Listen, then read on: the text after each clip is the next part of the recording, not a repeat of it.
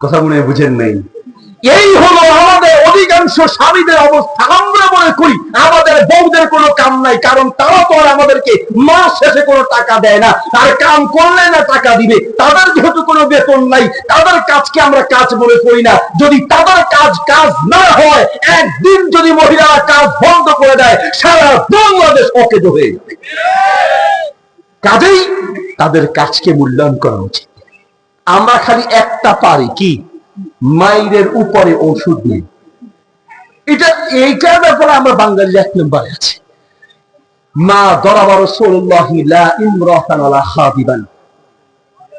নবী সাল্লাল্লাহু আলাইহি ওয়াসাল্লাম জিন্দেগিতে কোনোদিন স্ত্রীর গায়ে হাত তুলে নেই, জীবনে কোনোদিন বউ পিটায় নেই।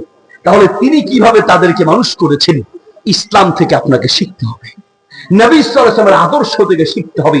বলতে চাচ্ছিলাম, আপনাকে শিখতে হবে একজন স্ত্রীকে কিভাবে চালাতে হয়, স্ত্রীকে জানতে হবে স্বামীর সাথে কিভাবে আচরণ করতে হয়, বাচ্চাকে কিভাবে মানুষ বানাতে হয়।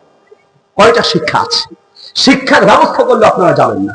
আমরা ইনশাআল্লাহ আমাদের আল হিদায়াহ ফাউন্ডেশন থেকে খুব শীঘ্রই ফ্যামিলি কাউন্সিলিং এর আয়োজন করব। স্বামীদের জন্য ট্রেনিং ব্যবস্থা করবি, স্ত্রীদের জন্য, মায়েদের জন্য।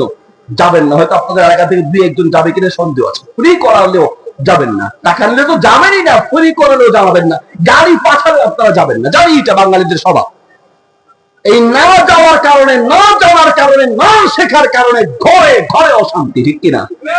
ডিভোর্স, তালাক কোন সেনা বাড়ছে? ওই যে মাদ্রাসায় গেলে এই যে ইমাম সাহেব আছে, জিজ্ঞেস করলে বুঝতে পারবেন কি পরিমাণ আগের তুলনায় বেড়েছে, কি পরিমাণ।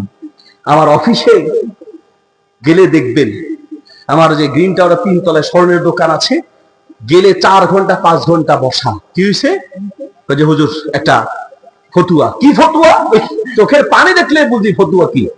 কি ফতুয়া বলেন? তালাক। আর কেমির পাশে মাদ্রাসা একটা আছে, ওখানে গিয়ে ঘন্টার পর ঘন্টা, মানে জায়গায় জায়গায় আমি কোথায় যাই রাস্তার মোড়ে মোড়ে দাঁড় করানো।